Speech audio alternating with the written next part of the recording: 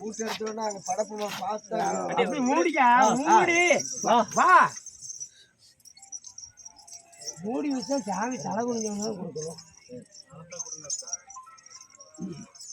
ஊட்டு எடுத்த உடனே சாமி எங்க உள்ள ஐயா படப்பமா வந்துதான் மக்களை பார்க்கணும்.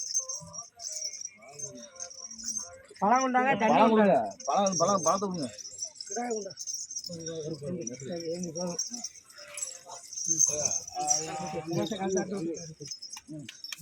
எப்படி வேட்டி சொல்லுங்க அப்படியே எப்படி பிடிச்சிட்டு ஏடு போடுப்பா